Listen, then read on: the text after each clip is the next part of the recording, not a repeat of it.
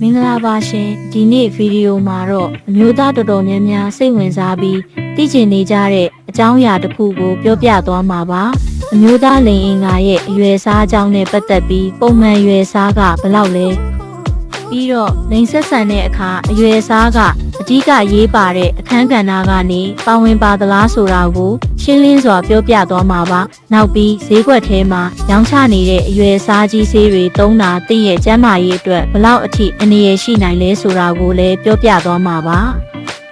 အမျိုးသားလိင်အင်္ဂါရဲ့ပုံမှန်အရွယ်အစားကဘလောက်လဲအမျိုးသားလိင်အင်္ဂါရဲ့အရွယ်အစားဟာလူတဦးနဲ့တဦးမတူညီနိုင်ပါဘူးမျိုးရိုးဗီဇခန္ဓာကိုယ်တိဆောက်ပုံနဲ့အခြားအချက်တွေပေါ်မူတည်ပြီးကွဲပြားနိုင်ပါတယ်လေ့လာမှုတွေအရလိင်အင်္ဂါမထောင်မက်ခင်ပြင်းမြအလျားဟာ5လက်မကနေ4လက်မဝန်းကျင်ရှိပြီးထောင်မက်လာတဲ့အခါမှာတော့5လက်မကနေ6လက်မဝန်းကျင်ရှိတတ်ပါတယ်ဒါပေမဲ့ဒီအချက်လက်ဟာပြင်းမြတာဖြစ်ပြီးဒီထက်ကြီးတာပဲဖြစ်ဖြစ်ငယ်တာပဲဖြစ်ဖြစ်ပုံမှန်အဖြစ်သတ်မှတ်နိုင်ပါတယ်အရေးကြီးတာကအရွယ်အစားတစ်ခုတည်းကိုပဲအာရုံမစိုက်ဖို့ပါပဲလိင်အင်္ဂါရဲ့အရွယ်အစားဟာအမျိုးသားတဦးချင်းစီအတွက်တိကျလက္ခဏာတစ်ခုဖြစ်ပြီးလူတိုင်းမှာကိုယ်ပိုင်ပုံစံနဲ့အရွယ်အစားရှိကြပါတယ်။လိင်ဆက်ဆံတဲ့အခါမှာအမျိုးသားလိင်အင်္ဂါရဲ့အရွယ်အစားဟာအဓိကအရေးပါတဲ့အခန်းကဏ္ဍကနေပါဝင်ပါသလားဆိုတဲ့မေးခွန်းအတွက်အဖြေကတော့မဟုတ်ပါဘူးလို့ပြောနိုင်ပါတယ်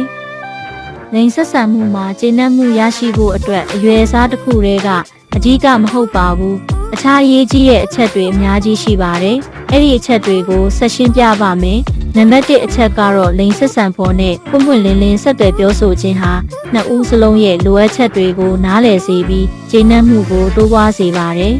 ။နံပါတ်2အချက်ကတော့ခံစားမှုဖြစ်ပြီးချစ်ခင်မှု၊နှွေးထွေးမှုနဲ့ရင်းနှီးမှုတွေဟာလိင်ဆက်ဆံမှုကိုပိုပြီးအဓိပ္ပာယ်ရှိစေပါတယ်။နံပါတ်3အချက်ကအပြန်အလှန်နှုံးဆော်မှုဖြစ်ပါတယ်။လိင်ဆက်ဆံမှုမစခင်အပြန်အလှန်ပုတ်တက်ပေးခြင်း၊နမ်းရှုပ်ခြင်းစတာတွေဟာစိတ်ခံစားမှုကိုမြင့်တက်စေပြီးကျေနပ်မှုကိုပိုမိုရရှိစေပါတယ်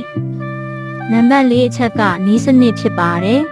။လိင်ဆက်ဆံတဲ့နီလန်းတွေဟာလည်းအရေးပါပါတယ်။နှစ်ဦးစလုံးနှစ်သက်တဲ့နီလန်းတွေကိုရှာဖွေခြင်းဟာကျေနပ်မှုကိုတိုးစေပါတယ်။နံပါတ်1အချက်ကစိတ်ပိုင်းဆိုင်ရာအခြေအနေဖြစ်ပြီးစိတ်ဖိစီးမှုကင်းခြင်းစိတ်အေးချမ်းခြင်းစတဲ့စိတ်ပိုင်းဆိုင်ရာအခြေအနေကောင်းမွန်ခြင်းဟာလိင်ဆက်ဆံမှုကိုပိုမိုကောင်းမွန်စေပါတယ်။ဆက်ရှင်းပြမှာကတော့အရွယ်အစားကြီးဆေးတွေသုံး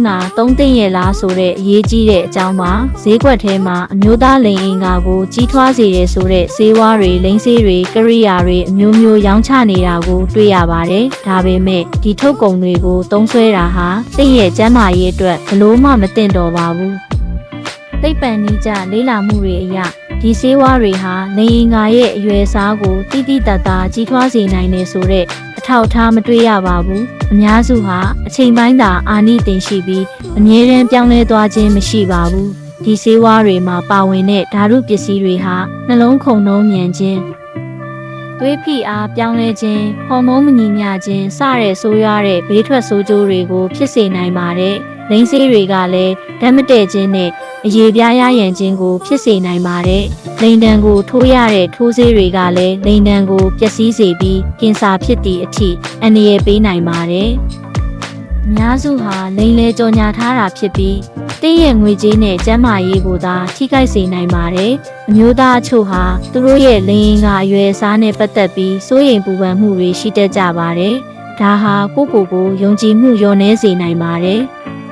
တကယ်တော့လိင်အင်္ဂါရဲ့အရွယ်အစားဟာပြင်းမြအတွင်းမှာရှိနေရင်လိင်ဆက်ဆံမှုမှာပြဿနာမရှိပါဘူးအရေးကြီးတာကကိုယ့်ရဲ့ခန္ဓာကိုယ်ကိုလက်ခံပြီးကျန်းမာတဲ့ဘဝနေထိုင်မှုပုံစံကိုတိဆောက်ခြင်းနဲ့လိင်ဆက်ဆံဖို့နဲ့ပျော်ရွှင်ဖို့ပါပဲအရွယ်အစားကြီးဆေးတွေကိုသုံးစွဲမဲ့အစားလိုအပ်ပါကဆရာဝန်နဲ့တိုင်ပင်ပြီးစိတ်ပိုင်းဆိုင်ရာအကူအညီရယူတာကပိုပြီးဘေးကင်းပြီးထိရောက်တဲ့နည်းလမ်းဖြစ်ပါတယ်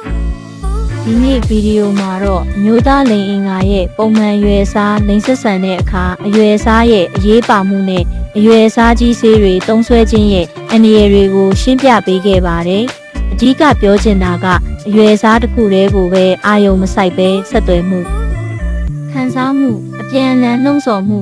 စတဲ့အခြားအရေးကြီးတဲ့အချက်တွေကိုလည်းဂရုစိုက်ဖို့ပါပြီးတော့အရွယ်အစားကြီးဆေးတွေကိုလုံးဝမသုံးစွဲပါနဲ့တင့်ရဲ့ကျန်းမာရေးကိုဂရုစိုက်ပြီးလိုအပ်ရင်ဆရာဝန်ရဲ့အကြံဉာဏ်ကိုရယူပါ